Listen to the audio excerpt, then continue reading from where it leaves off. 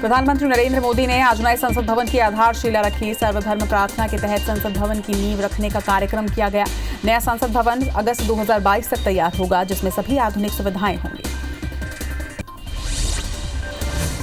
नए संसद भवन का भूमि पूजन करने के बाद संबोधन में पीएम मोदी ने कहा कि संसद का मौजूदा भवन अब विश्राम मांग रहा है। मौजूदा संसद भवन कई कानूनों का गवाह, अब नया भवन आत्मनिर्भर भारत की पहचान बनेगा।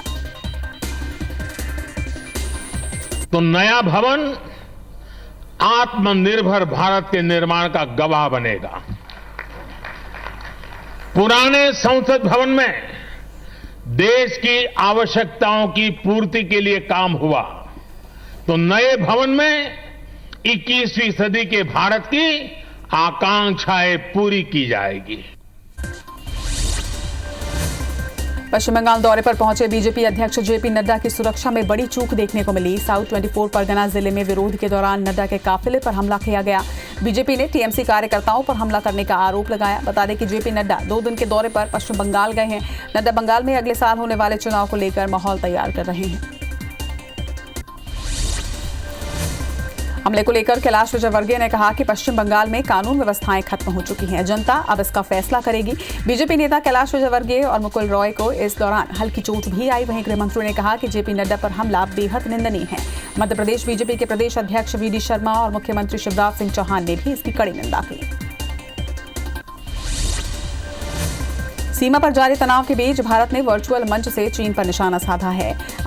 एशियान देशों के रक्षा मंत्रियों की बैठक को संबोधित करते हुए रक्षा मंत्री राजनाथ सिंह ने चीन का नाम लिए बिना एक बार फिर दुनिया के समक्ष ड्रैगन का असली चेहरा उजागर करने का प्रयास किया। राजनाथ ने कहा कि नियम आधारित आदेश, समुद्री सुरक्षा, साइबर से संबंधित अपराधों और आतंकवाद के लिए खतरा है। इजराइल के प्रधानमंत्री बेंजामिन नेतन्याहू ने घोषणा की है कि उनके देश में 27 दिसंबर से कोविड-19 का टीकाकरण शुरू होगा। अगर ऐसा हुआ तो इजराइल अपने नागरिकों को टीका लगवाने वाला पहला देश होगा। बेंजामिन ने संयुक्त अरब अमीरात पहुंचने के बाद इस बात की घोषणा की। दरअसल इजराइल को फाइजर के कोरोना वायरस वैक्सीन का पहला बैच मिला है। शिक्षा मंत्री रमेश पोखरियाल निशंक ने सोशल मीडिया के जरिए बोर्ड परीक्षार्थियों से चर्चा की। निशंक ने कहा कि वर्ष 2021 सीबीएसई बोर्ड परीक्षाओं के लिए सीबीएसई पाठ्यक्रम में 30% कम किया गया है। नीट और जेईई की परीक्षा हमने समय पर करवाई और हमने किसी का साल खराब नहीं होने दिया। पिछले वर्ष के मुकाबले में इस वर्ष नीट की परीक्षा में 5.14% से अधिक बच्चों ने पंजीकरण करवाया। छत्तीसगढ़ सरकार की ओर से मंत्रियों की सहमति के बाद निगम मंडल बोर्ड पदाधिकारियों की सूची तैयार कर ली गई है। दावेदारों को एडजस्ट करने के लिए कई रणनीति बनाई गई है। कई निगम मंडल में उपाध्यक्ष के पद भी बढ़ाए गए हैं।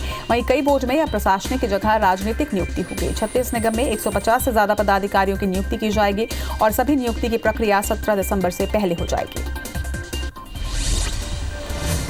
मध्य प्रदेश कांग्रेस प्रभारी मुकुल वासनिक 2023 विधानसभा चुनाव से पहले पार्टी को मजबूत बनाने के लिए जुट गए हैं। वासनिक ने 4 सह प्रभारी सचिवों को 4 जोन में विधानसभावार जिम्मेदारी दी है। वहीं सुधांशु त्रिपाठी और सीपी मित्तल को जिम्मेदारी बांटी। साथ ही संजय कपूर और कुलदीप इंदौरा को भी नई जिम्मेदारी दी गई है। वहीं पार्टी के नए सह प्रभारी सचिव हर विधानसभा क्षेत्र का नियमित फीडबैक मुकुल वासनिक को देंगे।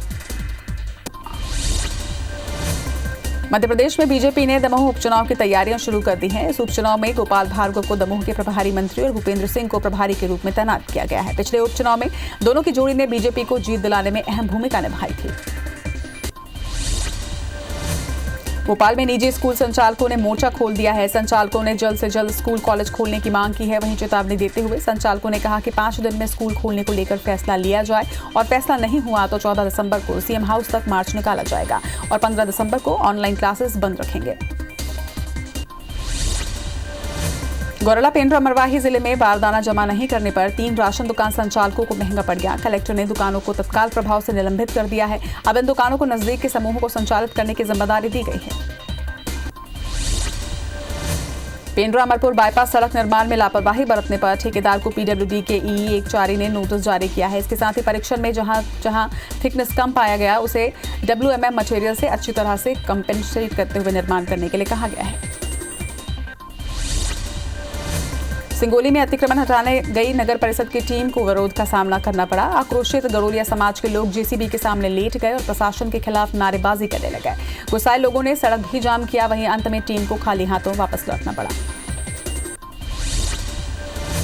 सुप्रीम कोर्ट के आदेश के बाद उज्जैन में जिला प्रशासन ने अतिक्रमण के खिलाफ कार्रवाई शुरू कर दी है। सालों पुराने अतिक्रमण पर नगर निगम ने बुलडोजर चलाया। प्रशासन ने महाकाल मंदिर के 300 मीटर के दायरे में कार्रवाई की है।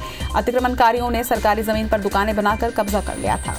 कार्रवाई के दौरान बड़ी भारी संख्या में पुलिस बल तैनात रही।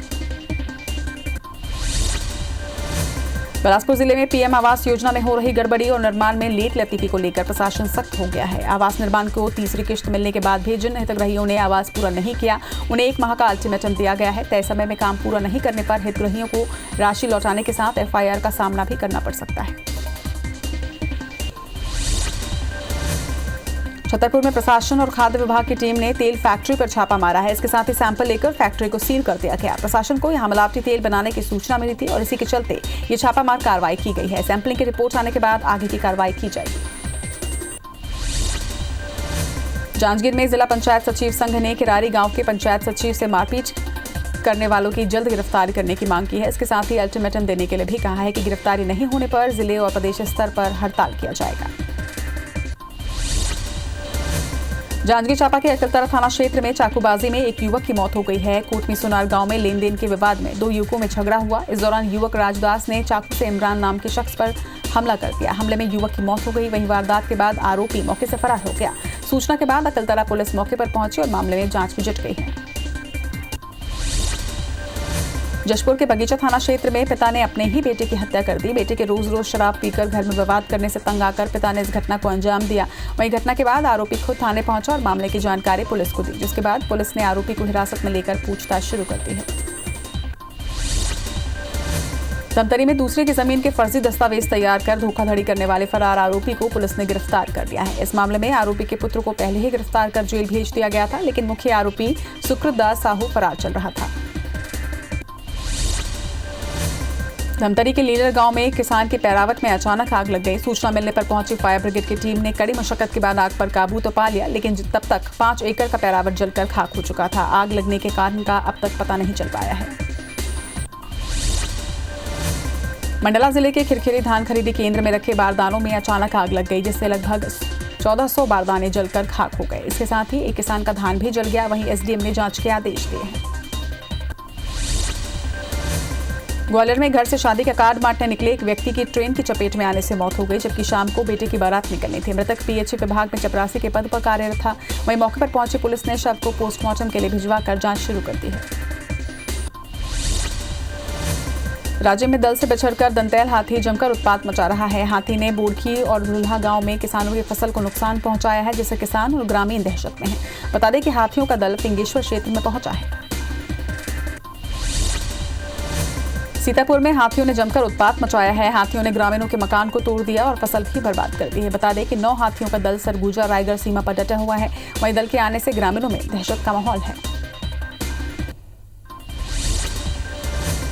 दुनिया भर में कोरोना संक्रमितों की संख्या 6 करोड़ 92 लाख के पार हो चुकी है, तो वहीं कुल मौत का आंकड़ा 15,74,000 को पार कर चुका है। अब तक दुनिया में 4 करोड़ 79 लाख से ज्यादा मरीज ठीक हुए हैं, तो वहीं दुनिया में 1 करोड़ 96 लाख एक्टिव मरीजों का इलाज जारी है। विश्व में अमेरिका कोरोना संक्रमण में पहले नंबर पर लगातार बना हुआ है। देश में कोरोना संक्रमितों की संख्या 97,62,000 के पार पहुंच चुकी है। वहीं देश में एक दिन में 29,605 मरीज के ठीक होने से अब तक 92,44,000 मरीज ठीक हुए हैं। कोरोना से अब तक 1,41,000 से ज्यादा मरीजों की मौत हो चुकी है। वहीं एक्टिव केस में कमी के साथ 3,73,000 मामले रिकॉर्ड हुए हैं। हालांकि पिछले 24 घंटे में 26,000 नए मरीज सामने आए हैं। मध्य प्रदेश में कोरोना के 1272 नए केस से संक्रमितों का आंकड़ा यहां 2,18,000 को पार कर चुका है। प्रदेश में 11 मौत का कुल आंकड़ा 3,366 पर पहुंचा। वहीं 1,323 मरीजों के डिस्चार्ज होने से ठीक होने वालों का आंकड़ा 2 लाख के पार पहुंच गया है। अभी 13,221 एक्टिव मरीजों का इलाज जारी है। छत्तीसगढ़ में 24 घंटे में कोरोना के 1,421 नए मरीजों से आंकड़ा 2,51,000 को पार कर गया है। वहीं एक्टिव मरीजों की संख्या 19,778 पर पहुंच गई है।